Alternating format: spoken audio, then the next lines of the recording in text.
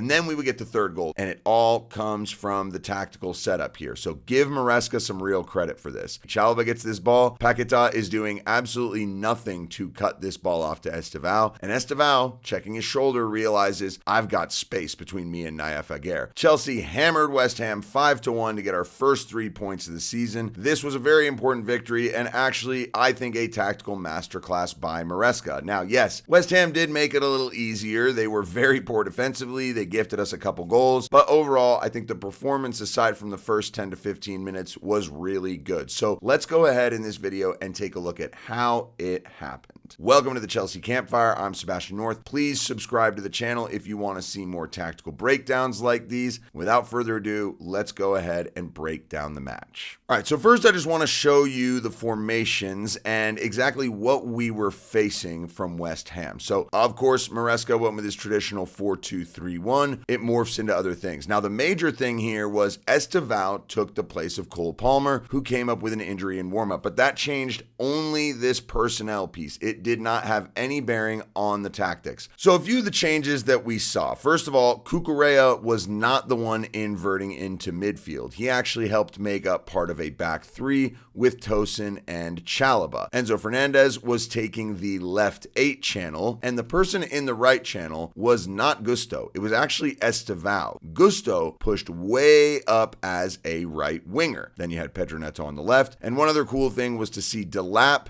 as the 9 and Joao Pedro as the 10. It's good to see them playing together, and I think it worked pretty well. Now, West Ham basically did the exact same formation that we saw Crystal Palace employ. The difference is West Ham, they defended very badly, and they didn't do the basic things that Crystal Palace did to be successful. When our right center back would have the ball, you would have a player in this space. Here, it was Estevao in the inside channel. And a lot of the time, it was Eberechi Eze against Crystal Palace. He would sort of cut off this ball into this area, and it made it so that we went back and forth and had to find our way through the middle. It's one of the reasons Cole Palmer did not get very many touches. But here, West Ham just did not cut these balls off. So Enzo and Estevao were drifting into these spaces and were consistently receiving these balls. Now, once Estevao was getting it, he was doing a great job of linking with Gusto. He would play the ball and overlap or sometimes underlap, and that would allow Joao Pedro a little bit of space in the middle and Delap as well, making runs out of this central area. So we pick it up here at the beginning. Tosin's got the ball. You can see that back three. He's trying to find an option. So he just doesn't have anything right now. You've got that midfield 5 from West Ham. They're keeping everything compact in the middle, but you can see as Enzo Fernandez starts to drift into this channel, Jared Bowen just does nothing to cut that off. So the ball into Fernandez is very easy to play. So he just goes back. Now we go to the other side. It comes into Chalobah, and Paquetá goes to press, but he does not overcompensate and cut the ball off to Estevao. So it's very easy for Chalobah to just find him, and now Estevao can link up with Gusto. He plays the ball in, continues his run to go in behind, and Gusto here, because he's pressured by Juve, he goes ahead and plays it back. Now at this point, when you start moving them side to side, the lines between the West Ham players are now bigger. They're farther apart from each other. So this is where Caicedo can find space a lot of the time. Here, the ball goes to Cucurella, and once again, take a look at Enzo Fernandez. I mean, he's wide open, but Cucurella lets it run across his body, which actually opens up another option. Enzo Fernandez, you see here, pointing. He's basically saying, give it to Joao Pedro. Cucurella decides, I'm going to go for Pedro Neto, and just completely screws the ball out of play. Now, the only problem is when you do this and you turn the ball over, and this is what happened here. Tosin plays the ball forward in Joao Pedro. Nice little check-in run, drops it to Chalobah. Now, Soucek does not cut the ball off to the wide area, so Chalobah has an easy ball into Estevao, and Joao Pedro's running on. Now, I know what Estevao is doing right here. He wants to just flick it into the path of Joao Pedro, but the flick hits Nayef Aguirre, who did a good job of actually going all the way to Estevao. They win the ball, Juve picks it up, gives it to Paquetá, and he runs forward. In this scenario, I think Chelsea actually did a good job to drop in transition and kind of cut the options off, and Caicedo does the right thing to sort of make sure that this ball can't come across into the path of Füllkrug, because if he receives it, he's in a good position to shoot, or he could relay it on to Bowen or Wan-Bissaka. So you normally would just say, okay, go ahead, man, shoot from this area. It's a bad angle, you're a long way out, but man, it goes into the top corner. This goal was annoying to concede, but it did wake us up. And you could tell immediately after this goal was scored, for the next 5 minutes or so, we were moving the ball around quickly, and we were pinning West Ham back. So what I'm going to show you here is a nice little interchange of positions between Gusto and Estevao. So as the ball comes into Gusto here, he comes inside. Estevao goes ahead and takes his place in the wide area. We've got 7 West Ham players in this corridor. Let's go the other way. Tosin is easily able to find Pedro Neto. Jared Bowen not cutting that ball off. You've got Estevao wide open on the far flank, and Juve there takes a look and sees him. But the thing about Juve here is he has to keep an eye on Malo Gusto, who makes a run in, so he's got to mark him. This is a very good ball from Pedro Neto, and you've got Estevao crashing in the 6-yard box and getting a volley from there. Goes out for a corner, but we would go ahead and equalize from this opportunity. And what I like about this is you got Cucurella standing inside the 6-yard box. We saw this in the warm-up games against both Leverkusen and AC Milan. The ball is dropped right onto Cucurella, flicks it, and Joao Pedro out jumps all the West Ham players, 1-1. And look, it felt great at this point. It's like, okay, now we're back in the game. We're not going to lose 1-0 to this West Ham team. We've got a goal in the Premier League season. And then West Ham would score just like a few minutes later. But the good thing is it's offside, so forget it. Let's just move on from it. We don't even need to talk about it. So here you got Chalobah getting the ball, and he doesn't really have many short options available. What I really like is Liam Delap's movement. He makes the run outside. Now, this ball does get cut out by Naya Figuer, and what I love about this is the reaction from the players. And this is fantastic from Enzo Fernandez. It comes into Füllkrug. Füllkrug goes down too easily. Enzo Fernandez robs him of the ball, and now you've got Estevao running forward. As the ball comes into him, he doesn't actually take a touch. He just steps over it a couple times to be able to see what's in front of him, and Todibo comes flying out. Estevao sideskips him easily, plays it into Neto, and you've got Delap and Joao Pedro, Enzo Fernandez. This is a great group of guys to have going in. And so this ball from Pedro Neto, I think it's a great cross, but no one's there. Juve picks it up, plays it into Paquetá, and this is great. First, it's Joao Pedro getting close, forces Paquetá to go to the side. Chalobah just full-on enforcer tackle. This could have been a foul. So, look, we get away with one here, I think. Ball gets played from Gusto into Joao Pedro, and we go ahead and take full advantage of this decision. This ball from Joao Pedro, I think he's looking for Enzo Fernandez or Delap, but it goes to the back post, and Aaron Wan-Bissaka just goes to sleep. Neto steals in ahead of him, and it's a very good clinical finish. And then we would get the third goal, and it all comes from the tactical setup here. So give Maresca some real credit for this. Chalobah gets this ball. Paquetá is doing absolutely nothing to cut this ball off to Estevao, and Estevao, checking his shoulder, realizes I've got space between me and Naya Figuer. So he checks to it, releases it to Gusto, and keeps his run going. Gusto chips it into Delap. Very nice touch right here, and he does great to just body Tillman off the ball and allow Estevao to come in and get it. Just drives in. I thought he was going to shoot this one right here, kind of like he did against us in the Club World Cup, but no, he does exactly the right thing. Just get it across, make it simple. Enzo Fernandez with a tap-in. It's 3-1. So we get into the second half, and West Ham actually changed their formation. They went to a back four, and so what they did was they opened themselves up a little bit more, which meant the midfield had huge amounts of space. There were gaps all over the place. And so Sanchez right here is just going to pick out Joao Pedro, who just checks in. Enzo Fernandez realizes, oh, he's going to be able to turn, so I can start running forward. Nice little flick into his path. In just 2 passes, we've broken the West Ham press. We've advanced 60 yards up the pitch, and we have a 4-on-4. The ball from Enzo Fernandez out to Pedro Neto is the simple one. Enzo keeps going. Pedro Neto, really nice little pass into his stride, and Enzo should score. He's going for the top right-hand corner, but he just gets it wrong. But it's all right, because just 4.5 minutes later, we would go ahead and get the 4th goal. And this is where West Ham's goalie, Hermansen, really helped us out. He just jumps all over his own defender, gets the ball, but since he falls on him, he drops it, and Caicedo is the first one there. Clips it, gets it off the bar, 4-1, and Caicedo. I mean, this is a very well-deserved goal for everything he's done, and also the ones he's had chalked off. Now, West Ham, they were playing with a lot more space in the middle, and West Ham were pressing a little higher, and this ball from Tosin just right through the whole heart of their midfield into Joao Pedro. And what I love about this, the link-up play between Joao Pedro and Liam Delap. Unfortunately, his touch is a little bit back, so he's got to get to it and then play it, but this pass to Estevao is absolutely excellent. Even though he has to slow down, it's right into his feet, and he can turn and penetrate. It gets kicked out for a corner, and this is where we would get the 5-1. And West Ham's goalkeeper, I mean, he goes up at the same time as Wan-Bissaka here. Wan-Bissaka wins the header, but both players are on the ground now, and so when we win the next ball, it bounces. The keeper can't get anywhere near it. Chalobah gets there first, crashes it in, and the London Stadium just emptied out after this. And this right here was another massive moment. First of all, Reece James coming on for Gusto. I'll show you what Reece James's role would be when he came on, but it's this guy right here. Wesley Fofana back in action. This is really great news for us. Look, Wesley Fofana did not have much to do, but what I did like to see was, again, that Reece James and Moises Caicedo combination that we saw in the Club World Cup. Reece is going to receive this ball here from Sanchez, plays it into Caicedo, 2v1 against a defender, and we're able to get out. But as the ball comes to Caicedo, he's quickly pressed, so he's got to go back to Sanchez. This ball here could have gone to Tosin, but I love that Sanchez splits all these lines and plays it into Enzo, and he plays a one-touch pass into that giant gap in the middle. Reece James gets it and penetrates, and we've broken the West Ham press easily. Now, this ball from Reece James here is absolutely excellent. Splits the entire West Ham defense. Estevao is in, but for some reason he just slows down. I think that Tillman's going to come flying across and he can cut behind him, but Tillman reads that Estevao wants it on his left. And so, yeah, he cuts back in and Tillman's able to get the block. And so Estevao does not get his goal on the day. But overall, fantastic result, very good performance, and you have to give Enzo Maresca credit. If there's any of you who still think, oh, this guy's dogmatic, he's only got one way of playing, if you're still buying into that narrative, you have not been watching this team play. He chops and changes things every game. He moves people from one position to another, employs different starting formations, and has different roles for people depending on the match. This fluidity, this malleability, it makes us a much more difficult team to play against and plan against. So I'm really, really pleased with Maresca, very happy with the result. And now we can see what's going to happen with the rest of this transfer window. Are Garnacho and Xavi Simons going to come in? And if they do, how's Maresca going to use them match to match with all the players that we already have? Tell me what you think about that. I'd love to hear it. Thank you for stopping by. This is the Chelsea Campfire. I'm Sebastian North. Take it easy.